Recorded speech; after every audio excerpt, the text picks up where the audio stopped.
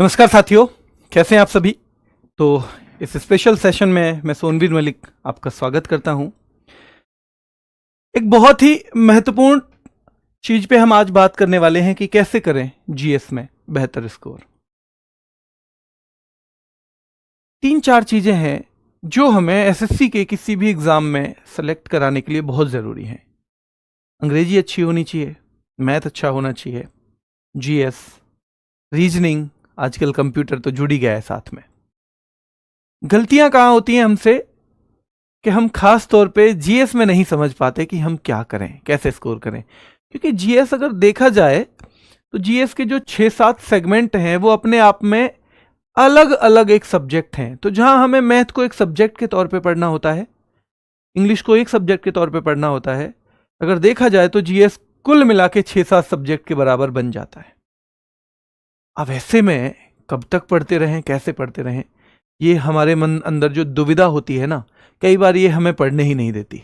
कई बार हम शुरुआत ही करने में हिचक जाते हैं। तो उसी के बारे में हम आज बात करेंगे कि किस टाइम किस तरह से हमें चीजें करनी है।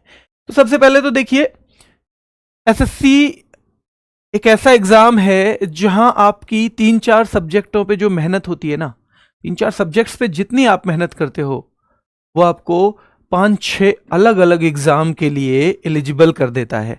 यानी आपकी एक दिशा में की गई मेहनत आपको सिलेक्शन की 5-6 रास्ते खोल देती है। शायद और कोई भी एग्जाम ऐसा नहीं होगा। आप किसी भी एग्जाम पे नजर घुमा लीजिए, इतने मौके उन्हीं सब्जेक्ट्स को पढ़ के, सेम सब्जेक्ट्स को पढ़ के आपको कहीं भी नहीं मिलेंगे। तो एक तरह से हम कह सकते हैं, अगर इसमें हम जी तोड़ मेहनत करते भी हैं तो ये हमारे लिए नौकरी के भी बहुत सारे रास्ते खोलती है। लेकिन खोलेगी तभी जब हम उसे तरीके से पढ़ें। तो अगले 7 महीने में लगभग 9 भर्तियों के आवेदन आएंगे। ठीक है, लगभग 9, यानी मार्च 2026 से सितंबर 2026 के बीच वो 9 प्रमुख भर्तियां आएंगी। और हम में से हर कोई, 4-5 तो ऐसे हैं जो हम में से हर कोई जिनको भर सकता है। ठीक है, हर कोई भर सकता है। जैसे ये है एसएससी सीजीएल, हर कोई भर सकता है। सिलेक्शन फेज 14 हर कोई भर सकता है बेटा। जूनियर इंजीनियर, ये थोड़ा सा स्पेसिफिक चीजें मांगता है, खैर इसमें अलग अलग डिग्री और वो होने चाहिए, तो फिर भी ये 2 हमारे पास हो गई। फिर सीएचएसएल हर कोई भर सकता है। स्टेनोग्राफर ग्रेड सीएनडी हर कोई भर सकता है। और बेटा हिंदी ट्रांसलेटर के लिए थोड़ा सा अलग चाहिए। तो अगर मैं कहूं कुछ भी ना है तो 4 या 5 एग्जाम तो ऐसे हैं कि हम में से हर कोई भरेगा। इसमें अगर हम सीपीओ भी जोड़ दें तो लगभग 5 एग्जाम ऐसे हैं कि जिसके लिए हमें कुछ स्पेशल अलग से करने की जरूरत नहीं है। ठीक है, तो यानी कि ये लगभग मार्च में और अप्रैल में एग्जाम जो है फॉर्म भरे जाएंगे और मई से लेके सितंबर तक इनके एग्जाम होने की उम्मीद है। और फिर इधर आ गया सीपीओ बेटा, जो नवंबर अक्टूबर के आसपास इसका एग्जाम होने वाला है। मल्टीटास्किंग है, ये भी आ गया। तो 6 के करीब भर्ती टोटल बैठ जाती हैं। इतनी बैठ जाती हैं, लगभग 6 के करीब बैठ जाती हैं। हो सकता है कोई जीडी में ना जाना चाहता हो तो उसके अलग भी 6 के करीब भर्ती आपकी बैठती हैं। ये कैलेंडर भी मैंने दे दिया है ताकि आप अपने टेबल पे एक प्रिंट आउट इसका रख सको कि भाई हाँ, मुझे क्या करना है, कैसी दिशा में काम करना है, कितना पढ़ना है, कितनी तैयारी करनी है, ये वो आपको याद दिलाता रहेगा। अब बेहतर स्कोर के लिए कौन से टॉपिक्स हैं महत्वपूर्ण? वैसे तो हमें हर चीज ही पढ़नी है, क्योंकि ये 1-2 साल की जो मेहनत है हमें कहां लेके जाएगी, ये हमारी पूरी जिंदगी को बदलने वाली है। ये 1-2 साल की मेहनत हमारी आगे आने वाली पीढ़ियों की जिंदगी को भी बदलेगी, ना केवल हमारी। हमारी जो सोसाइटी में रिस्पेक्ट है, जो लोग हमारी बात को वजन देते हैं, हमारे माता पिता जिस आत्मसम्मान के साथ चल सकें, वो सब निर्धारित करने का काम ये करती है बेटा नौकरी। और इसीलिए इसके लिए जो भी मेहनत हो जाए कम है। पर फिर भी कभी कभी क्या होता है कि हमारी दिशा ठीक नहीं होती। हम उन चीजों पे ज्यादा काम कर लेते हैं जो एग्जाम में बड़े ही कम मार्क्स की आती हैं, और हम उन चीजों को छोड़ देते हैं जहां से एग्जाम में भर भर के सवाल आते हैं। ऐसे में हम कितनी भी मेहनत करते रहें, जब तक वो मेहनत सही दिशा में नहीं होगी तब तक उसका कोई रिजल्ट नहीं निकल पाता। और हम सोचते रह जाते हैं कि कहां गलती हुई, कहां गलती हुई, कहां गलती हुई। तो ये कुछ टॉपिक्स हमने देखे हैं जहां से ज्यादातर ज्यादातर सवाल एग्जामिनर्स जहां से पूछते हैं ये हमने लिखा है। अब आप कहोगे कि जी ये तो लगभग सारे टॉपिक हैं, तो ये हमने उस क्रम में लिखे हैं जहां से सवाल ज्यादा पूछे जा रहे हैं उसको ऊपर रखा है, जहां से थोड़े से कम उसको उससे नीचे, जहां से और कम उसको उससे नीचे। तो यानी हमें लगभग इस वाली प्रेफरेंस में इन्हें पढ़ना है, इस वाली प्रेफरेंस में।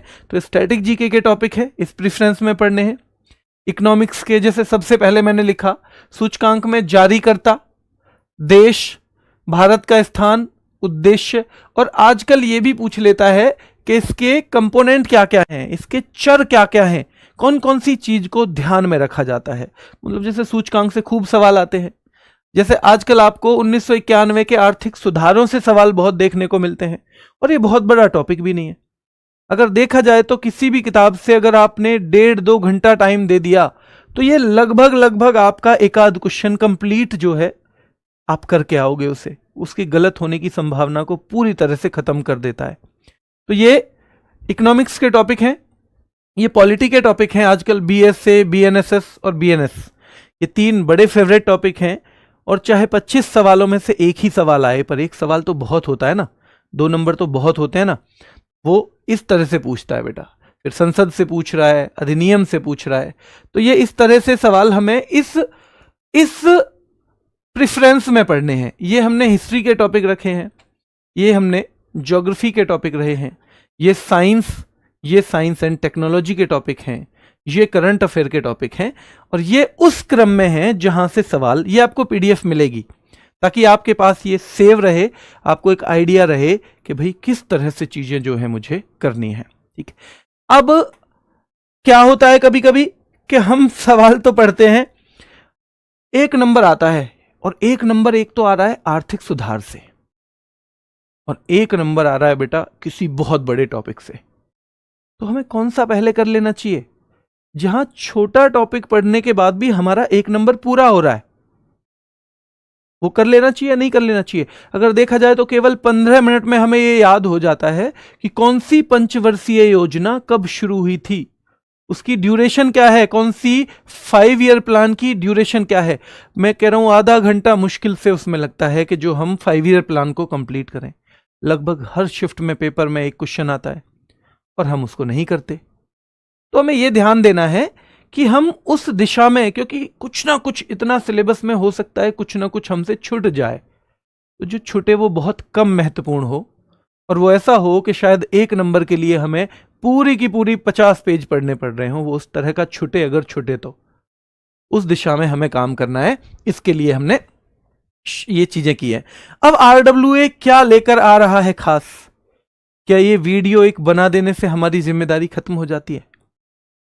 क्या मैंने आपको कह दिया भाई यहां से बहुत अच्छे क्वेश्चन बनते हैं, क्या यही हमारी जिम्मेदारी खत्म? क्या हम बड़े भाई होने के नाते, अगर मेरे घर में ही मेरा कोई छोटा भाई होता तो क्या मैं उसे ये बता के अपनी जिम्मेदारी से पल्ला झाड़ लेता? या मुझे उसके लिए कुछ और भी करना चाहिए? तो आरडब्ल्यूए ने आपके लिए एक खास प्लान बनाया है कि इनमें से जो महत्वपूर्ण टॉपिक हैं, और जो छोटी ड्यूरेशन में ही बहुत कम समय में, जिससे बच्चे का नंबर सीधा का सीधा वो जो है पूरा हो जाएगा कि हाँ जी यहां ये कर लिया और एक नंबर बच्चे का पूरा है, उसके लिए हम छोटी छोटी वीडियो लेके आने वाले हैं। हमारी पूरी टीम, क्योंकि आपको जिनसे पढ़ने की आदत है, मान लो बैच है हमारा जो फाउंडेशन बैच, फाउंडेशन में अगर आप हिस्ट्री जिनसे पढ़ते हो तो आप हिस्ट्री का टॉपिक भी उनसे ही पढ़ना चाहोगे, तो हमारी पूरी टीम आपके लिए अंकित सर के मार्गदर्शन में लेकर आएगी इस तरह की छोटी छोटी शॉर्ट वीडियोज, जो आपको वीडियो सेक्शन में मिलेंगी, यानी रिकॉर्डेड फॉर्म में मिलेंगी। क्योंकि कभी कभी फिर भी हम थोड़े बहुत भटक सकते हैं लाइव के उसमें, क्योंकि बच्चा कमेंट में भटक जाता है, कभी कभी एक दूसरे के रिप्लाई में ज्यादा लग जाता है। लेकिन जब वो एक बच्चा वीडियो देखता है ना, तो वो इतना सीरियस है कि वो केवल और केवल पढ़ाई देखना चाहता है। तो हमने केवल और केवल पढ़ाई के लिए काम शुरू किया है कि जैसे लोक नृत्य में आजकल प्रयुक्त सामग्री पूछी जाती है कि इसमें किसका यूज हो रहा है, जैसे उत्सव में समर्पित देव, और ये कौन से उत्सव जो है कौन से राज्य में किस अवसर पे होता है, ये सब पूछा जा रहा है। उन सब से संबंधित चीजें, रामसर साइट से जैसे कुछ चीजें आ रही हैं, हाथी या टाइगर रिजर्व जैसे पूछता है, उनसे संबंधित चीजें। तो ये सारे के सारे टॉपिक पे हम स्टैटिक जीके पे छोटी वीडियो लेके आएंगे जो 15 से 25 मिनट के आसपास की होंगी बेटा।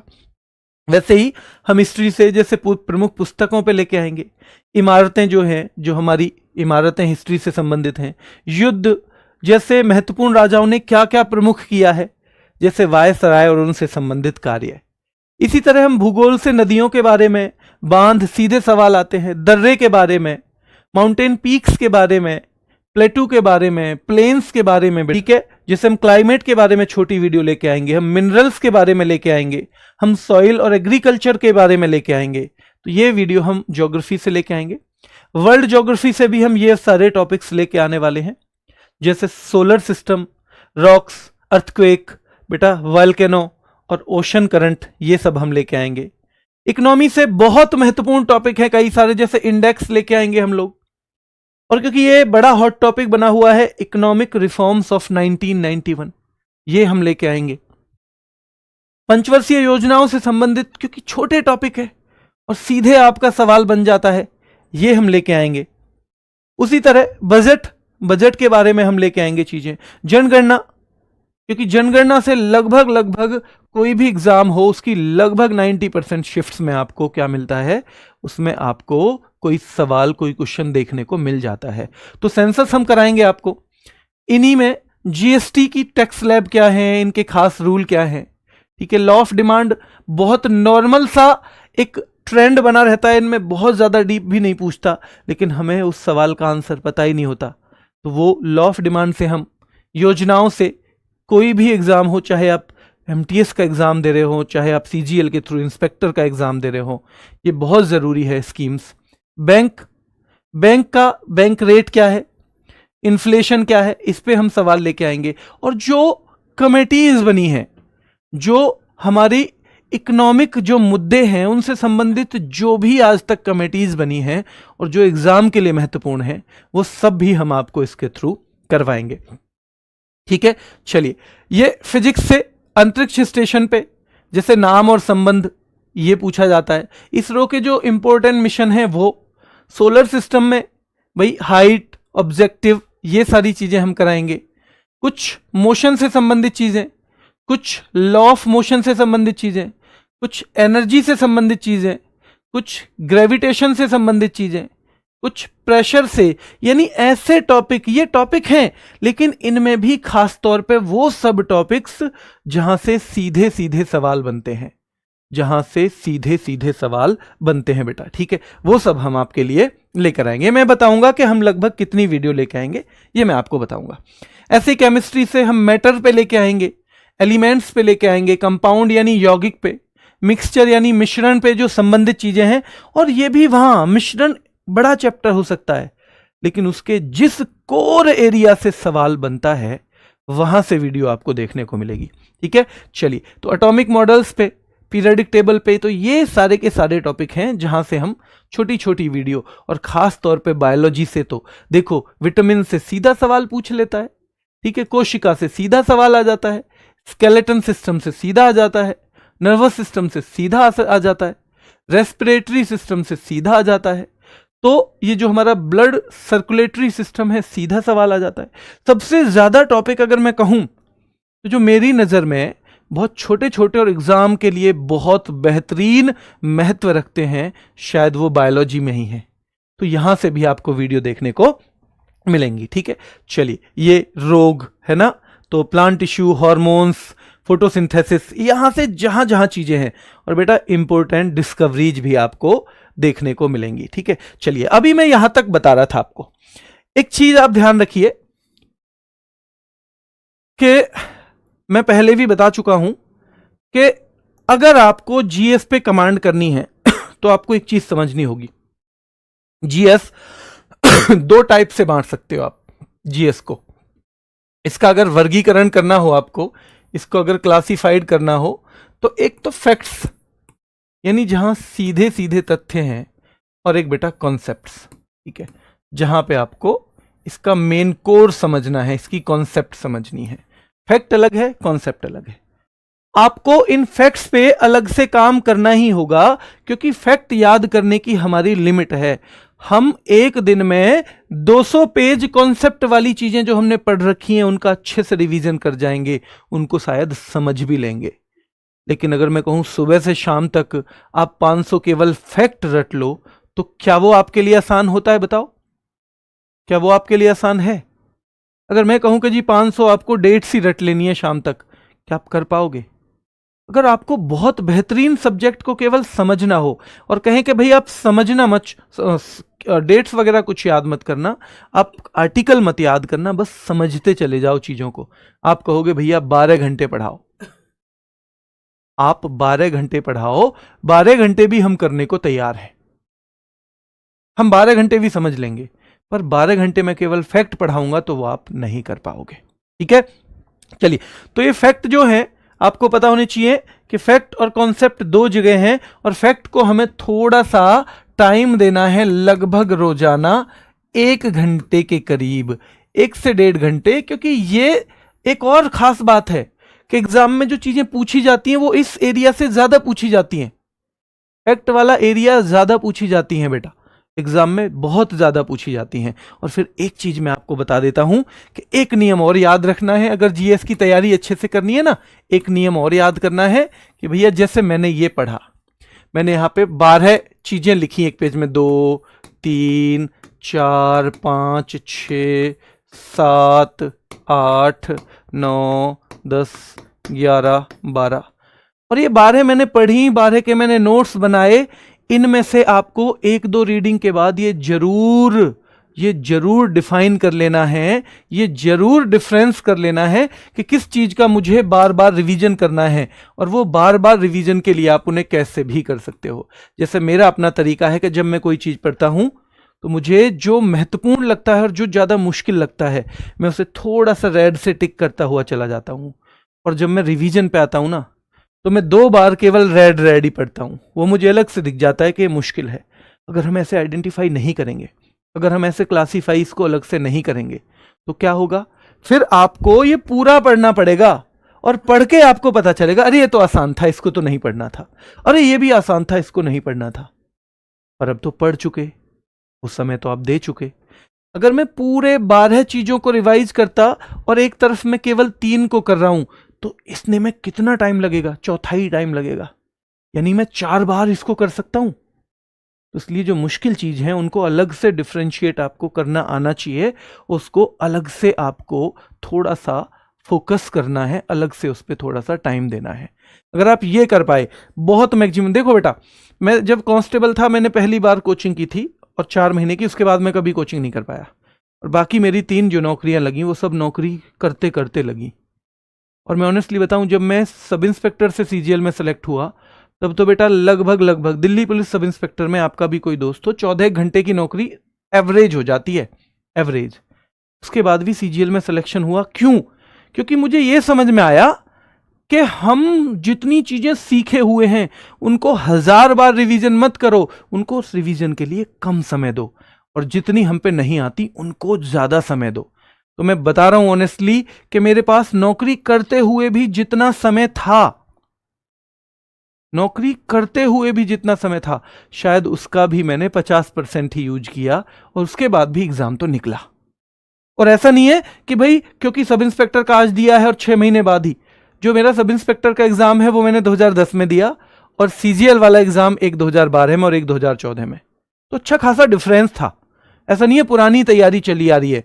तो मतलब मुझे एक ही चीज समझ में आई कि हम कहीं ना कहीं ये भूल जाते हैं कि हमें किन चीजों पे ज्यादा फोकस करना है।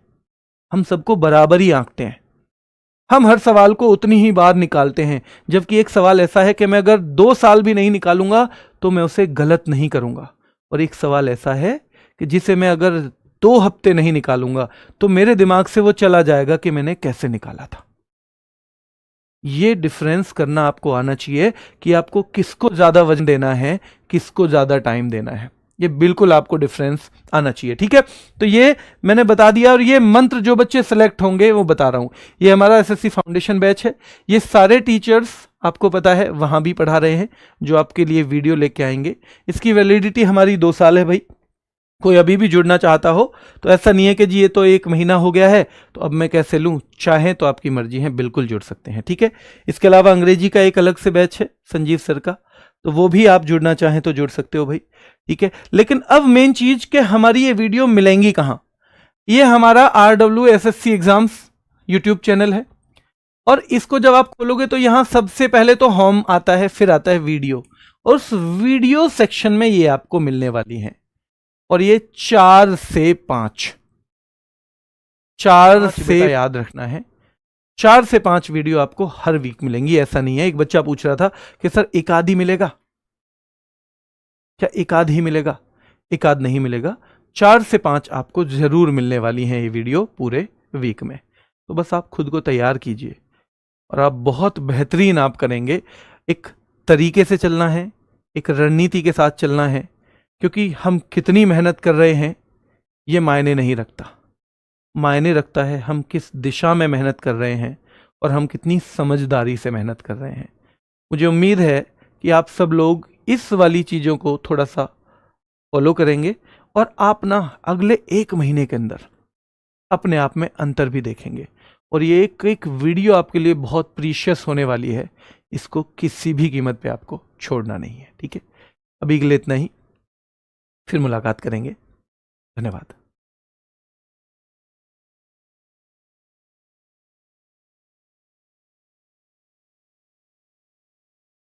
चलिए भाई, सॉरी एक चीज रह गई है, हाँ, कि ये वीडियो जो है, ये वीडियो कंप्यूटर की ओर आएंगी। शिवम सर से भी बात हुई है, तो कंप्यूटर की वीडियोज भी आएंगी, है ना, ऐसी, क्योंकि कंप्यूटर में भी उन्होंने एनालाइज किया है ना, जो पूरा एनालिसिस किया है शिवम सर ने, तो कंप्यूटर की जो वीडियो है वो भी छोटी छोटी है ना, स्मॉल वीडियो जो है, तो वो भी आएंगी, क्योंकि उन्होंने देखा है कि जी ऐसे भी टॉपिक है। मेरा आज ही शिवम सर से डिस्कशन हो रहा था, उनका ऐसे भी है कि शायद हमने 15 मिनट ले ली ना क्लास, तो वो टॉपिक वहीं खत्म और वहीं से सवाल भी आ जाएगा। तो कंप्यूटर